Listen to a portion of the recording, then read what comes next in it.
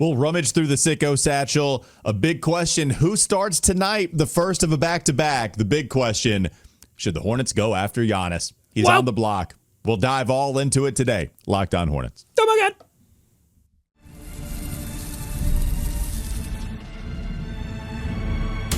You are Locked On Hornets, your daily Charlotte Hornets podcast. Part of the Locked On Podcast Network, your team every day. In a minute, cuz we live.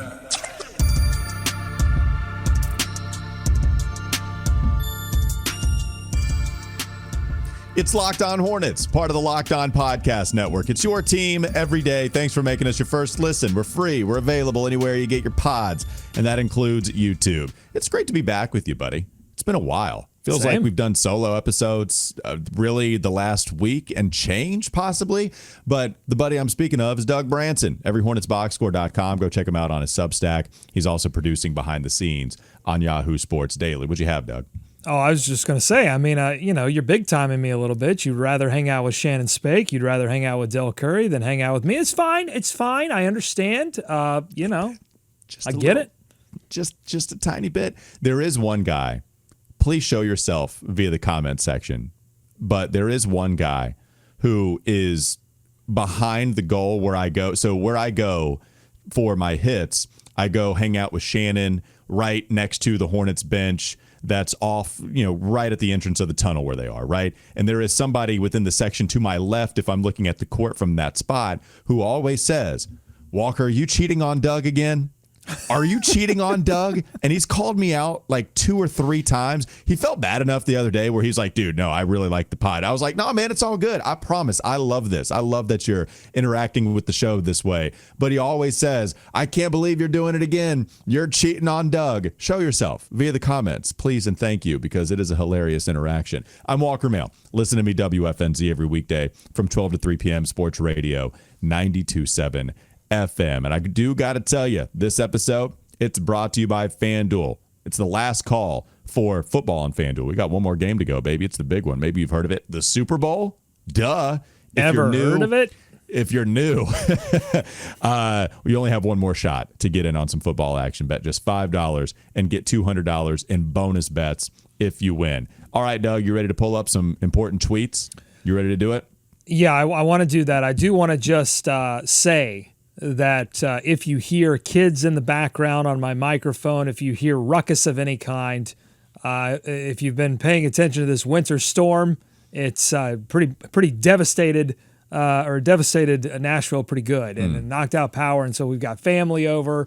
We're all huddling together. Power's fine here, obviously. You can see me. Yeah. But, so just wanted to give that warning. But, yes, we got big news going on right now, including a big man, Giannis Antetokounmpo. Yeah, he's that's on the right. market. He's on the market. He is indeed. Here's the tweet from Shams. Giannis Antetokounmpo is, quote, ready for a new home at the February 5th trade deadline or in the offseason, per Shams Charania of ESPN. Doug, we're a week away.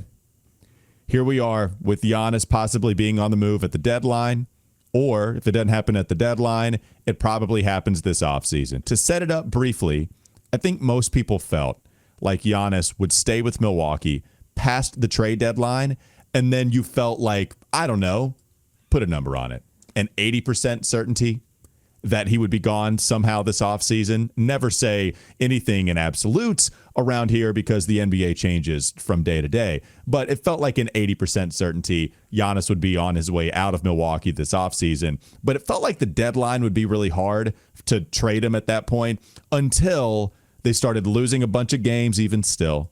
Giannis had a comment after every single contest. Some weird comments. Even Doc Rivers is saying with Giannis still on the roster that Joel Embiid is the most talented player that he's ever coached in his entire life. Giannis is with you. He's here. He's on the roster right now, man. Do you want to say that? Do you care? Does anybody care anymore?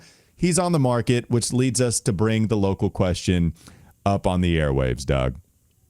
Should the Hornets go after Giannis Antetokounmpo? Yes. To me, this is obvious. Sometimes when people overthink this thing, I'm like, am I taking crazy pills? Yes. Like any organization in the NBA that can realistically make a run at Giannis Antetokounmpo, you make the call. You try to figure it out. But obviously, there are realities to this whole thing, including Giannis's contract. Only one guaranteed season on his contract after this one, as Kevin O'Connor of Yahoo points out here. And so non-contenders like Atlanta, Portland, Charlotte, Brooklyn, you're taking a massive risk, and you're going to have to give up a ton of assets. I mean, you're probably going to have to give up more assets, and yet more assets than like maybe a New York or Miami, and yet you're also trying to not give up so many player assets that you bring Giannis Antetokounmpo into a situation that he doesn't want to stay in. He's obviously not happy in Milwaukee where they cannot contend. With Charlotte, you would have to find a situation where you could guarantee Giannis, hey, look, not only did we get you, but we kept such and such, and we're also adding such and such, and now we have a plan here to contend immediately. I'm not sure Charlotte is really equipped to do that. And also there's an injury risk with Giannis Antetokounmpo, who seems to have some calf issues. It's had it a couple times this season. Yeah. He's getting older, a lot of wear and tear on that body, a lot of playoff games, a lot of playoff series. And so, yeah, you throw all that into a box and say, like, obviously, every team would want a talent like Giannis Antetokounmpo, and you have to explore every avenue to improving your team, but you also have to be realistic about it. So we had this conversation in the offseason. Would you give up if you had it? The number one overall pick to go after Giannis. We talked about it a little bit differently at that time. We discussed entertaining that idea. Now, when we were talking about it just like everybody else, because that was a thing, if you had the number one overall pick, would you trade it to go after Giannis? Everybody seemed to say that would be a crazy idea. And I think even now, those people are probably proven right that it's a crazy idea, but we have been starved for playoff basketball for so long that we're like, yeah, man, maybe you do. Maybe you do. It's crazy. Cooper Flagg, number one overall pick. Contractual control forever over a guy that has superstar all-NBA potential right here, right now. You can see it. And he's so young. Yeah, I don't know if I'm going to be doing that. Maybe we just doggy paddled in those waters a little bit. We weren't full on swimming, but we were just treading water in that pool for just a tiny bit. What's funny is now, Doug, it doesn't feel like we're as desperate anymore. Back then we were pretty desperate. Just 6 months ago, 5 months ago, less than that, we were pretty desperate. Now we have a guy like Kon Knueppel who is just a few percentage points away from 50, 40, 90 in his rookie season. It's crazy. I already did that episode. You have Sion James. You have Ryan Kalkbrenner, two immediate contributors as second-round picks. You have, I think we can say treasure trove, right? I think you have a treasure chest of draft picks that Is you it can a chest use. or a trove? What's the difference? I don't know. Either one. I think they have treasure. I know that. So now that you're not as desperate, you have some health. We are doing this thing with limiting LaMelo's minutes where that seems to be working from a health standpoint, right? Not even talking about the divvying up of it, but the minutes restriction. Okay, LaMelo is playing some games. Brandon looks fantastic right now. The Hornets look unbelievable. The Killer Bees line up. Oh, my God, it looks great. I don't know if we feel as desperate anymore. I don't know. Like, I'm good hanging on to all of the young talent on the roster, some of the depth. Giannis doesn't seem to be the move that I would make if I was Jeff Peterson. A treasure trove, by the way, is a collection or store of valuable or delightful things. I guess a trove could exist within the bounds of a treasure chest. You can have a trove within a treasure chest, but also I think a treasure trove could extend beyond the bounds of a treasure chest, meaning that a treasure trove is better than a treasure chest. So you think chest then? We have a treasure chest instead of a trove? I think a chest. I'm not sure that it rises to the level of trove. I think Oklahoma City has a treasure trove because they've Trove KC is what they are.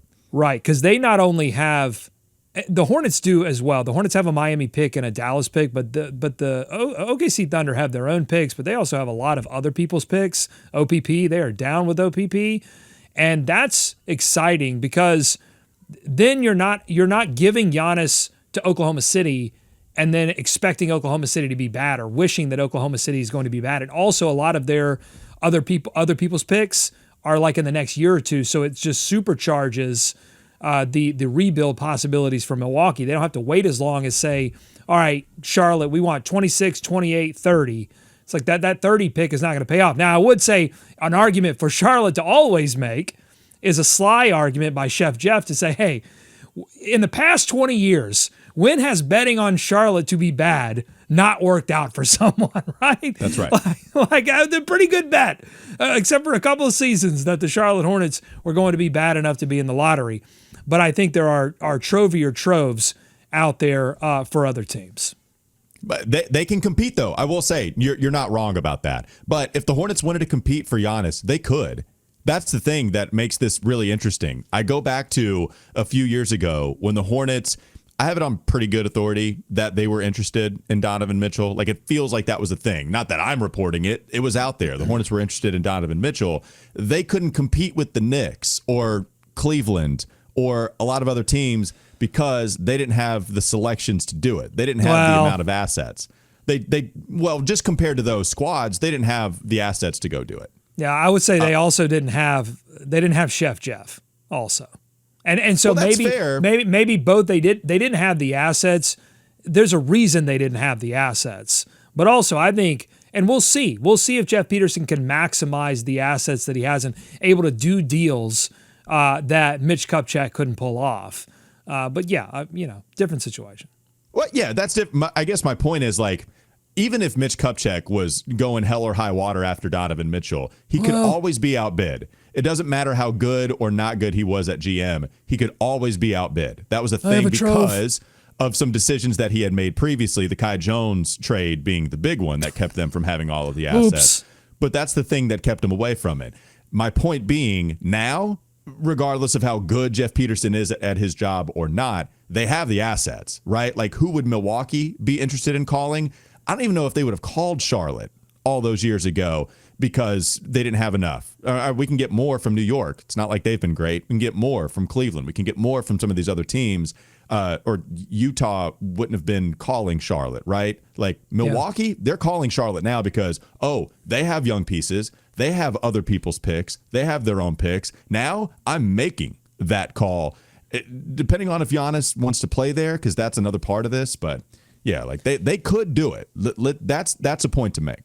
Well, and so the interesting thing is that we can talk about next is, like, yes, the Hornets have the assets, both from a pick perspective and a player perspective, but which of those players and which of those picks would you as a fan be willing to give up for a chance at least a season and a half of Giannis Antetokounmpo? Let's do it. Coming up next on the Locked On Hornets podcast. Bees everywhere! Who would you give up for a chance to go get Giannis? We'll rummage through the Sicko Satchel. Plus, in the last segment, we got to figure out who's starting tonight. Back-to-back scenario. Oh, boy. Let's ride the roller coaster. Still to come. LOH. Here we go. I carry a lot of responsibility in my household. If something happened to me, there would be serious consequences. We have a mortgage. We got tuition. We got everyday bills.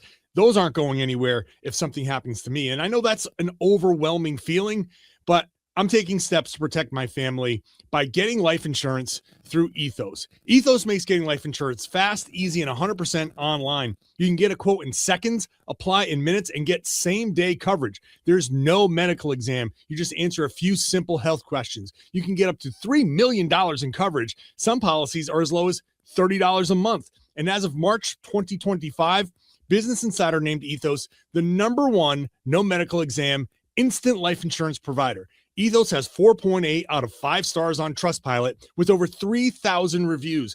Protect your family with life insurance from Ethos now by going to ethos.com/LockedOnNBA. In as little as 10 minutes, you can get your free quote and up to $3 million in coverage at ethos.com/LockedOnNBA. That's ethos.com/LockedOnNBA. Ethos.com/LockedOnNBA. Application times and rates may vary.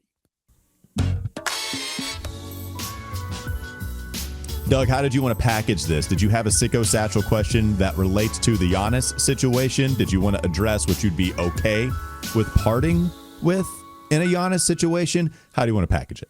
I do have a Sicko Satchel question. By the way, you can submit your Sicko Satchel question. Join subtext.com/LockedOnHornets. If it's your first time signing up, I believe you can get a 14-day free trial. So just slide the piece of mail in the mailbox, and hopefully you'll stick around. Because the coolest thing we do now is the Sicko celebrations and the Sicko lamentations. Win or lose, everybody's up in the chat, and when we do recap episodes, I try to get as many of those on the air as possible, so check that out. This is from Anita of the 24th Plumlee Division. Sicko Satchel question: are there any players that are untouchable at the trade deadline? Brandon Miller and Kon seem like obvious choices, and you could make a case for other players. I don't want to break up the band. Would rather see this out for the rest of the season since they are building chemistry, thinking more so if we get an offer we can't refuse. So this, I think, from Anita came in pre-Giannis trade possibility announcement. So I'm just going to insert Giannis into that conversation and say, Walker, who should the Hornets say, nah, if a Giannis trade were on the table? Yeah, man, look, Giannis is a top 5 current player in the league right now, which means straight up, there's not anybody off of the table, really. That's just how it is. When you start to introduce age, which is a big issue, Giannis is 31, which means he's 11 years older than Kon Knueppel. Right? All right, now we can start to hover around the idea that Kon is untouchable. He's 9 years older than Brandon Miller. I was told there'd be no math, but he's a lot older than Brandon. He's even quite a bit older than LaMelo. Not as old as Miles, right? Or not all that much older than Miles. Miles is 27 right now. Okay, now you're getting pretty close, but you get the idea. The age is the thing that would allow you to say Kon is untouchable because 11 years younger, that's meaningful. Brandon Miller, 9 years younger, something like that, that's meaningful. I think those are the two answers right now. LaMelo, I would rather not give up because of how much he means to this offense. I would love for LaMelo and Giannis to be able to play with one another. And I think you could actually make that happen if you really wanted to. You can go after Giannis. It would be tough to match some of the money. I get that. But I guess you could. Yeah, man. In reality, I'd rather just stand pat. I'd rather just hold on to the pieces that we have right now and not give up the assets for Giannis. But who's untouchable? I don't know. It feels like the order would go Kon, then Brandon, then after that, I'm not sure. I think that's probably the order. And in reality, probably nobody straight up if you want to go after a top 5, top 3 basketball player in the world. Right, because you say how much LaMelo means to the offense, and I say, right, but Giannis would become. But Giannis would mean a lot too, right? He wouldn't mean a lot. He would be he would become your offense. Now, again, if I'm Giannis, whatever team he goes to, if he goes to the Knicks or the Heat or whatever team he goes to, I think he's going to want to have some idea that team has players that work well with him. I would say Kon Knueppel is one of those players, but Milwaukee, through these reports, it seems like they want two things: draft picks and they want blue chip prospects. Well, Kon Knueppel would be young blue chip prospects. Kon Knueppel would be attractive to them for sure. I mean, Kon Knueppel going back to Milwaukee, his home city. Yep. That's a story within itself. And then there's Brandon Miller. I think LaMelo almost has to go to make the money work, but also because it seems like Giannis also wants Jrue Holiday to be part of this whole shebang. So I think you would have to find some way to get his buddy Jrue to your team. I didn't see that. Are you saying now he's trying to Kawhi Leonard this situation and forcing the team to go after Jrue? Okay. Right. So I've got Ian Begley up on the screen right now. I don't have him up on the screen. I've got him up on my screen. And the idea, this is Ian Begley who reports for the Knicks. So he says the idea would be that Giannis would enjoy playing with Jrue Holiday again. So it's going to be get the party. And that's what it's Thanasis. You've got to do the whole thing when you're doing the Giannis thing. I forgot. That's 3 roster spots for one. Okay. So I don't know what it is with the Wisconsin guys. Aaron Rodgers did this where it's all right, I'm going to go to the Jets, but I need Alan Lazard. I need Randall Cobb. I need everybody from my past. I guess Giannis is doing this with his brother, and now he wants Jrue Holiday. Anyways, go ahead. Yeah, so there's a whole thing you would have to do. So I think LaMelo would have to go. I think then you're probably going to have to say, is there a way to go LaMelo, Grant, LaMelo, Josh, Green, and then how many picks? Is it 4? Is it 5? Is it 6? Like, it gets ridiculous at that point.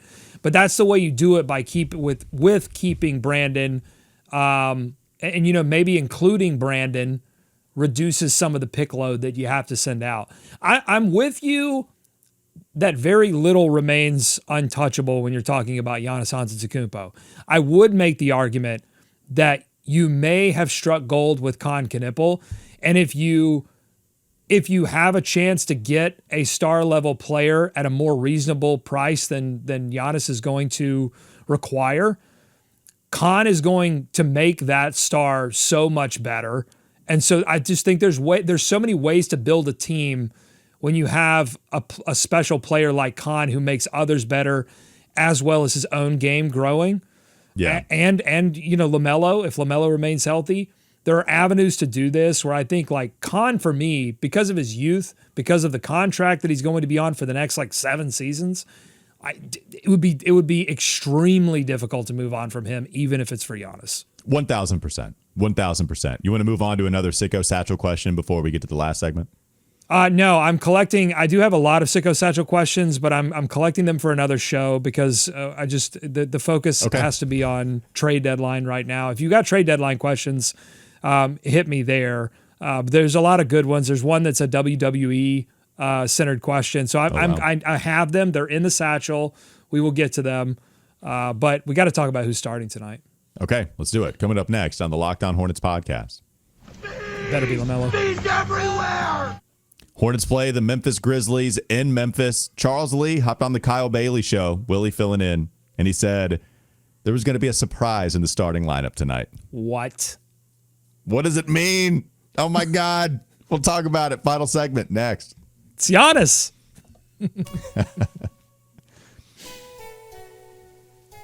This episode is brought to you by FanDuel. It's the last call for football on FanDuel. One final Sunday, one last kickoff. The final chance to get in on the action before the NFL season officially comes to a close. This is Super Bowl 60, and FanDuel is making sure you're right in the middle of it with a special offer just in time for the biggest game of the year. Whether you're backing the favorite, riding with the underdog, or building one last same-game parlay, this is the game everyone's been waiting for. This is where predictions turn into plays, stats turn into storylines, and every snap feels bigger. It's the perfect way to cap off the season and make the Super Bowl even more exciting from kickoff to the final whistle. If you're a new customer, bet just $5 and get $200 in bonus bets if you win. Make it count, because after the Super Bowl, the season is over. Last call for football on FanDuel, an official sportsbook partner of Super Bowl 60. Visit FanDuel.com to get started. This episode is also brought to you by TurboTax. Tax season doesn't have to take over your life. This year, TurboTax is making it easier than ever to just hand things off and move on with your day. With TurboTax full service, you can have your taxes done for you by a trusted local expert, start to finish, without the stress or guesswork. Instead of spending hours trying to figure out forms, you can meet with a local TurboTax expert in person or connect with them online. They handle everything from W-2s to self-employed forms, and they work to get you every deduction. It's a huge time saver, and it gives real peace of mind knowing an expert is handling it. For a limited time, you can have your taxes done by a local TurboTax expert for just $150 all in. If a TurboTax expert didn't file for you last year, just file by February 28th. Take taxes off of your plate and get back to your life. Visit TurboTax.com/local to book your appointment today. More Locked On Hornets ahead.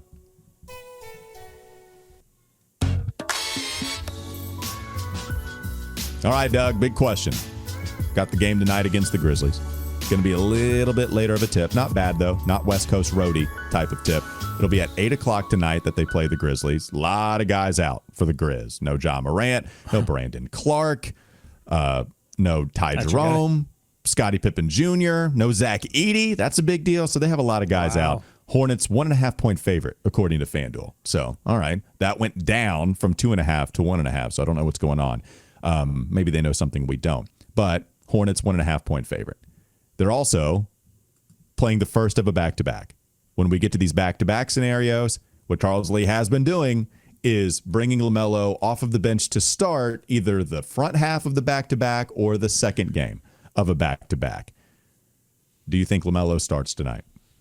I sure hope he does, because it would be a shame for the coaching staff, for whoever's making the decision on this thing. If it's the training staff, if it's the quants, the folks in the back crunching the numbers, doing the data, looking at, injury over, 30 years or whatever, like whoever's making this decision, if they decide, hey, we'd rather stunt all of this momentum that the Charlotte Hornets have built and go back to something that we know for a fact is damaging our team.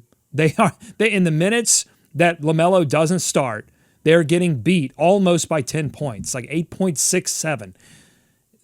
It would be a crime. But look, they did it on a national TV game at home, so I'm not going to put it past them to do it here. But it would just be a shame after the first 3-game winning streak of the entire season to risk stunting all of that momentum, even if it is against a Grizzlies team that is injured. Because remember, if you say, well, the Memphis Grizzlies, they don't have Ja, all those players you just mentioned, so they could probably get away with it, right? They lost to the Pacers. So no, they can't. They're not. You have to get off to a good start in these games, in every game. I mean, look at the games where they've been up by 50. It started by them but hitting the gas pedal immediately in these games and knocking teams out, getting teams on the back foot so that they're not playing their game, they're playing the Hornets game. You do that by playing LaMelo Ball. And look, the last time this happened, the Hornets put him back in the game 4 minutes into the game. Yeah. You saved 4 minutes of LaMelo Ball. Honestly, what does that do? There has to be 4 minutes in the second or third quarter that you can steal, even if he's out for a longer stretch, to get this guy to start the game. It's ridiculous. He has to start. I just, from a PR standpoint, I know they don't care. Because they just did it on a nationally televised game. Right. But to help me, right? To help Walker Mail. Please help me, Charles. Just start LaMelo in this game, because the odds are, I know you've been very, very against this, right? I think it was a worthwhile experiment given the way that they lost these games. I'm ready to move on from it. I am that. The reason for me that I'm ready to move on from it, I think you just have to maximize this lineup that has been so damn dangerous against these other squads. And so, to me, again, I've talked about this. I tend to subscribe a little bit to the arbitrary nature of LaMelo-less minutes. How good are you going to be at the start of the game without him? How good are you going to be in the middle? How good are you going to be at the end, right? If you are one of these people that doesn't believe in momentum, that numbers, it doesn't matter where you put it, primacy bias, there's a reason we have a bias for it, but in reality, it's all the same. I get all of it, right?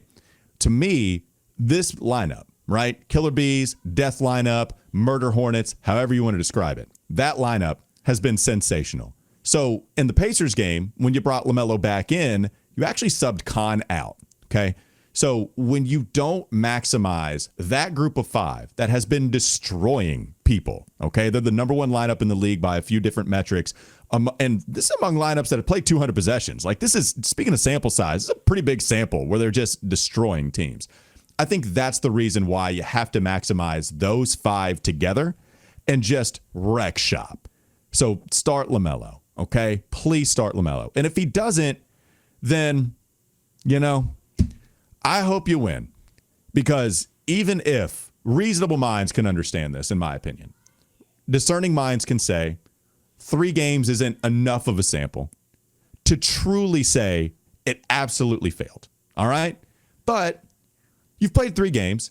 Clearly, you're just a bad basketball team without LaMelo on the floor, without the playmaking, Sion James, Colin Sexton. It doesn't matter. The offense, it's tough when you don't have as much ball movement. And LaMelo walked into the league as one of the best passers in the game. That's still true. The turnovers start to turn up when LaMelo comes off of the bench. Like, it's just really hard. Things get harder without LaMelo out there on the court. Let's just start easy breezy, baby. Let's see what they can do to start this game against Memphis, and then we'll see what happens in the fourth. I don't know how many minutes that he would play, but I'm really hoping that he starts tonight. It's not just about how otherworldly LaMelo Ball's vision is and his passing ability, his ability to deliver insanely difficult passes on target, it's not just about that. It's about the attention that he commands from a defense. It's about his ability to get downhill and get to the basket. He struggled to do things himself near that basket, but when he drags defenses down, it opens up things in the corner, and then if they close to the corner, it opens up things on the wing. Everybody's a threat, right? Like with that lineup specifically, it's why it's so dangerous, man. Like even Musa with the ball on the deck in space can operate well. And just like little shout outs to Melo for getting better at the things that he was somewhat weak at or not up to par in. I think he is handling physicality at the point of attack quite well right now. Turnovers, every once in a while, they're an issue. Some game time decision making, like in winning time, somewhat of that's an issue. But we're seeing improvement from LaMelo there. Defensively, we're seeing some improvement from him. He's playing much better defensively. Oh, man. Like the vibe. Hey, sometimes vibes are just high. Vibes are just high. They're high around the Queen City right now, and LaMelo has a lot to do with it. Yeah, and I think he gives the team a lot of belief when he's on the floor with them. Like it's the offense looks bad when he's off the floor because, well, first of all, they're starting Sion James in place of him, and so Sion is not a point guard, and so there's not an initial initiator. And then what tends to happen is instead of somebody deciding I'm going to get downhill and move the ball, it's Brandon, okay, I'm going to try here. And then it's Miles, oh, I'm going to try this time. And then it's Con, oh, I'm going to try this time. And that's when they end up miss, other team runs, and all of a sudden you're down 10. And I've heard from a million countless players about how they start games and how that influences, they'll keep shooting if they miss, but how that influences their mentality in terms of their effort on the defensive end of the floor, in terms of they're now going to press. I think we've seen some of that from LaMelo Ball, like in these games where he comes off the bench, and he's not the most efficient offensive player when he's coming off the bench because he gets in there and they're down 10, and now he's like, I got to shoot. And so he's not taking the best quality shots. So it's just like there's a million reasons why this doesn't work, and I get it, three game sample size. But, call me an unreasonable mind, but I've got eyeballs, folks. And I'm putting my eyeballs on these games, and I'm like, this isn't working. Like, this is insane. And last time I checked, Charles Lee has eyeballs too. And so hopefully he makes the right call tonight. What's funny about the LaMelo stuff is that he came out gangbusters when he did come off of the bench. It was like when he was unbelievable in 11 points, unbelievable shooting percentage. And so it was like, okay, did you get over this hurdle where LaMelo's rhythm isn't thrown off because he's balling, but everybody else's rhythm is thrown off? All right, so, okay, that's fine. Next game, everybody else will start to come up to speed, but then LaMelo didn't have, whatever, right? Like you're talking about a 33% sample of the overall 3-game sample we're discussing, whatever. It's just, to me, maximize the lineup, baby. Like I think just play that lineup as much as you possibly can because of what we've seen. You held up the 4. What were you telling? It's 4 minutes. We're talking about 4 minutes, okay? We're talking about practice. Sound like Allen Iverson. Oh, you're talking about bringing them back at the 8-minute mark instead of the 6 like they usually do? Well, they bailed on this whole idea of 4 minutes into the game. I'm saying, like, pull him 4 minutes, like, start him and pull him 4 minutes into the game. Like, reverse it. Like, that's the whole thing. I think getting off to a good start in games matters. Steve Clifford thought it mattered. He said you can lose a game in the first quarter. He would say something to the effect of like, you can't win a game in the first quarter, but you can lose it. Like, I truly believe that, having watched basketball for too much of my life, spending it watching basketball, I truly believe that. You can't win a game in the first quarter, but you can damn well lose it, and that's what the Hornets do when they don't start LaMelo.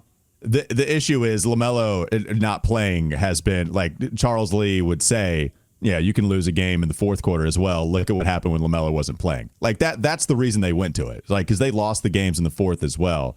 And so, to me, like, if you do the 4 minutes thing, that's my issue too. People have been trying to wrap their brain around, you can start them, you can finish it, this is what you can do. Yeah, what people aren't focusing on is like you're going at least 8 minutes in the middle of the game without LaMelo also to win the so who knows? Who knows what happens? Charles Lee said there was going to be a surprise. does it count as a surprise anymore? Whatever happens with LaMelo? Last thought, like what is a surprise anymore? Like if LaMelo starts, I'm not going to be surprised. If he doesn't start, I won't be surprised. What is the surprise that Charles Lee is suggesting is going to happen? He said that word. Like this is verbatim. I don't even know what would surprise me outside of like, I don't even know. Josh Charles Green? Lee just rips the warm-ups off and he's entering the game. He's Whoa! the one. Right. Whoa! Right. I love it. Yeah. I don't know what the surprise would be. I don't either. Uh-oh. Do we lose Walker? Well, that's okay. It was time to go anyway. Thanks for watching Locked On Hornets here on the Locked On Podcast Network. Follow us. You can follow me, everyhornetsboxscore.com. You can follow Walker at Walker Mail, WFNZ 12 to 3. Thanks for making us your first listen. Check out lockedonhornets.supercast.com and get the ad free. You know the deal.